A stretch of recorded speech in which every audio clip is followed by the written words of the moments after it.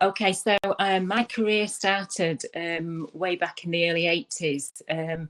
I joined one of the big UK banks.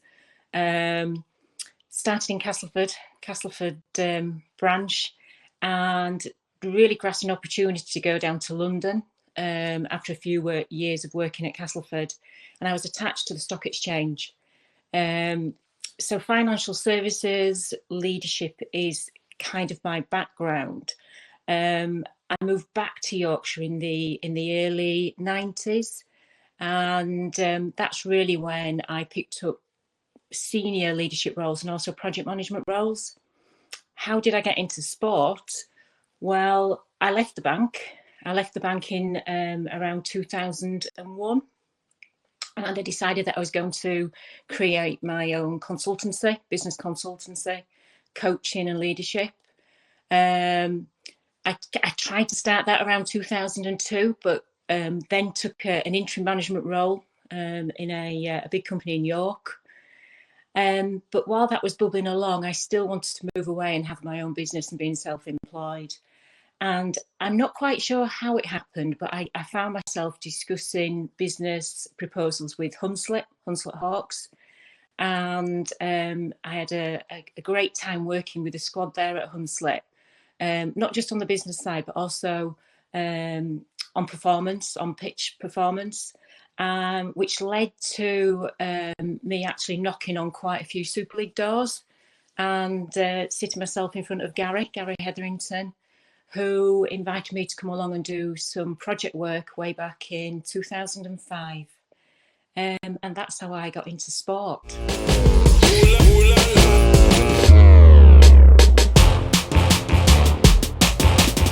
Oh, what just so proud to take on that responsibility.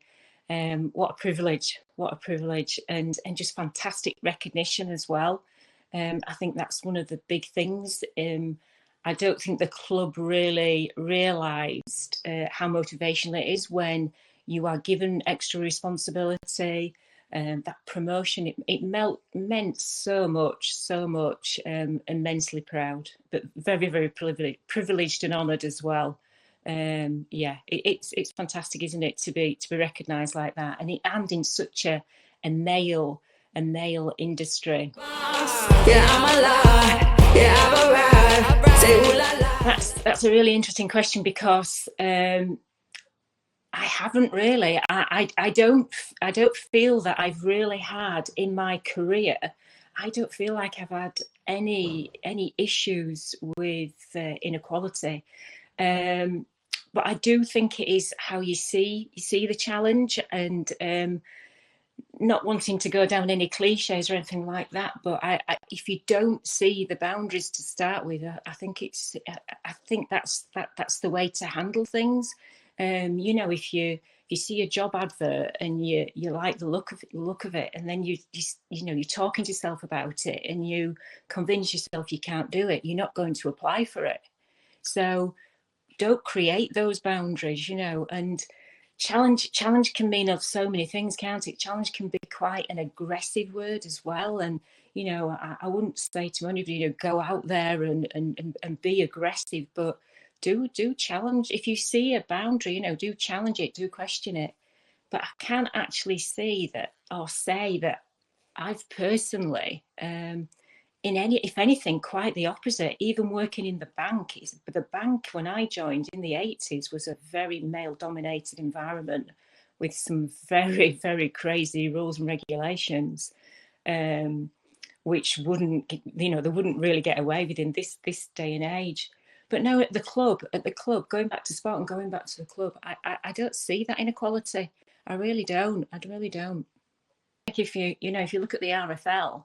They're really leading the way here. They've got three women directors, and it has to come from those governing bodies. They need to sort of set the pace really for the other clubs.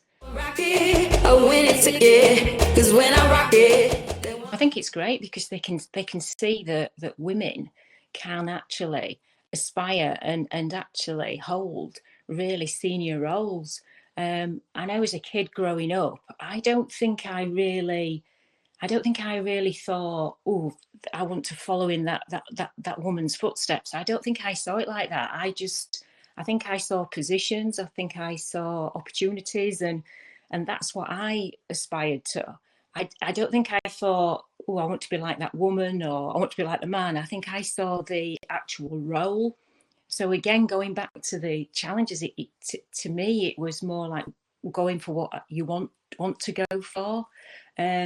But with people like Lois and all the other sort of females that we have in senior management positions at the club, I think it does. I think it makes it real, doesn't it? It makes it real. It makes people realise, gosh, I could do that. I could do that. I want to aspire to that kind of management role. Just let them watch, I'm going hard, yeah.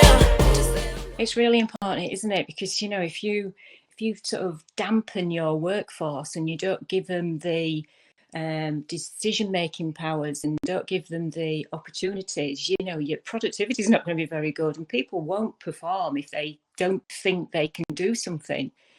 People have got to have the freedom to make decisions and to undertake tasks. I think responsibility is a massive motivator. I know it's always worked for me, definitely. Oh, we're really excited about this. We've got the kick-starting the double headers at Headingley, so it will be amazing for us. We start with England Brazil early November, and I think that'll just be fantastic. We really hope to fill the stadium to capacity with those games, but again, that gives girls and women the opportunity to see that, crikey, I could do that. I mean, when I was a teenager, you girls didn't play rugby league. We didn't play rugby league. So this just opens up so many opportunities, doesn't it? And to play internationally, it's really exciting. I mean, something that is really good next week, we've got the women coming back to training. We've got the Rhinos women's team coming back to training, which is fantastic. In the last year that we've had, it's great to see the women coming back.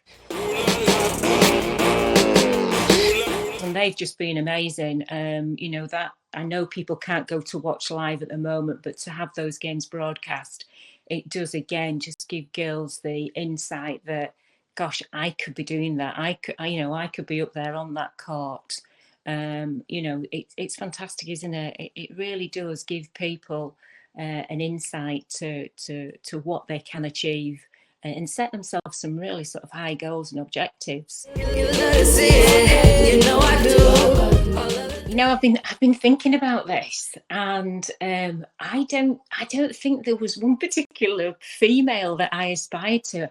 I do remember watching tennis with my dad on various occasions, and I love watching tennis, but I don't think there was anybody really. Quite controversially, not so much growing up, but in my sort of late 20s, Margaret Thatcher. And I know people will hate me for saying this, especially from being from Castleford and a very Labour intense area. But don't look at the particular person, and don't look at some of the things that maybe she implemented, but look at the way she did things. And she didn't accept any boundaries. She didn't accept a challenge. And currently, Greta, she's just amazing. And she's 18 and she just takes on world leaders. People would shy away from people like Trump, and she just tackled him head on. So, she doesn't see those boundaries at all. There is one thing I would really like to see in the next few years, and that's the women's team becoming a full-time professional team. And that, I would feel a massive sense of achievement if we could get that to the table and get that rolling in the next 2-3 years.